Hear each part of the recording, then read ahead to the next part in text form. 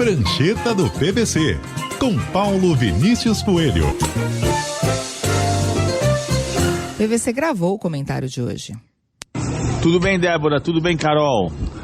Depois da reunião da ONU, de mais críticas do Brasil, da China, da Rússia contra a invasão da Venezuela, está um pouco mais claro o cenário, embora ainda muita gente, mais na imprensa do que de qualquer governo, fale sobre a possibilidade de boicote à Copa do Mundo.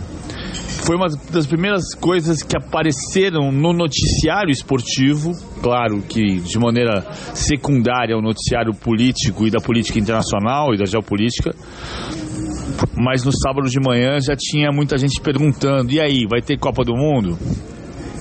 Claro que a gente tem que ter cuidado e a análise é deste momento, mas acho que vale a pena sempre colocar questões do que parece que vai acontecer e precedentes. Em princípio, não vai ter risco com a Copa do Mundo, até por uma observação que no ano passado eu ouvi do Pedro Bial. Eu estava nos Estados Unidos quando os Estados Unidos atacaram o Irã, e por eu estar presente em território norte-americano, estava vendo o Fluminense e o Ulsan pela Copa do Mundo de Clubes naquele momento, quando um cidadão encostou em mim e falou: deixa eu te dar uma má notícia, os Estados Unidos acabaram de atacar o Irã. E eu fui conversar com o Pedro Bial para pedir auxílio sobre o que pensar, quando eu percebi que pela primeira vez na minha vida eu estava num país em guerra.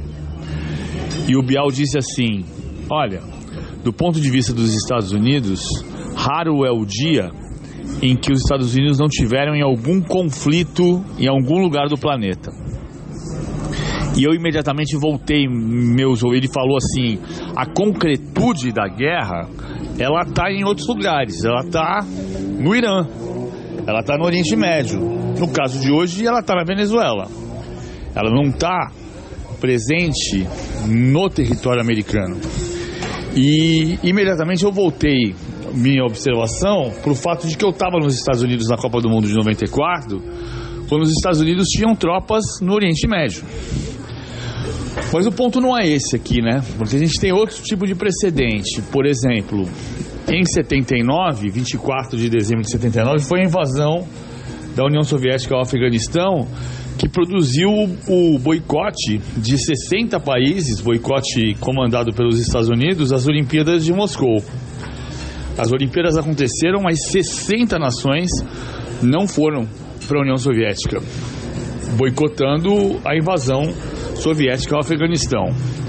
Em outros momentos, por exemplo, a Copa do Mundo de 38, a Áustria estava classificada e não jogou contra a Suécia porque ela tinha acabado de ser, 3 meses antes da Copa de 38, tinha sido anexada pela Alemanha.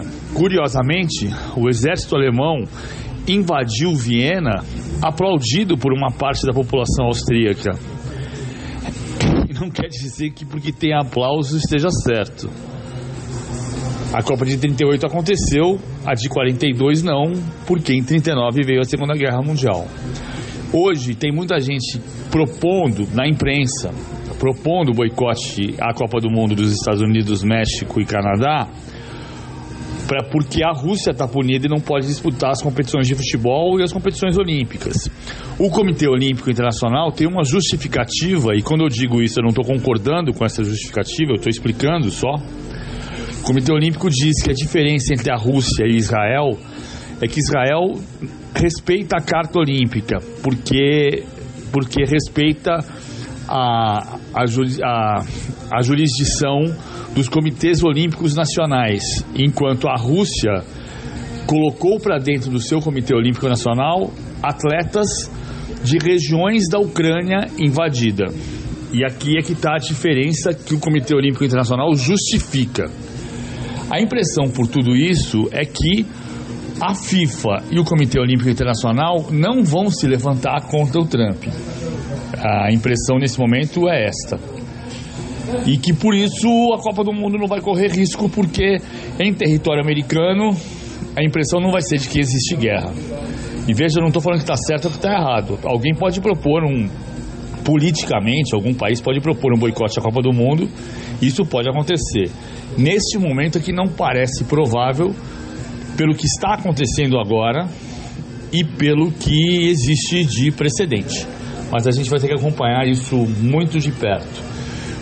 Do ponto de vista interno, transferências. O Cruzeiro confia que vai contratar Gerson e confia no respeito que ele tem pelo Tite, voltar a trabalhar com o Tite, com quem ele acha viveu um dos seus melhores momentos como profissional.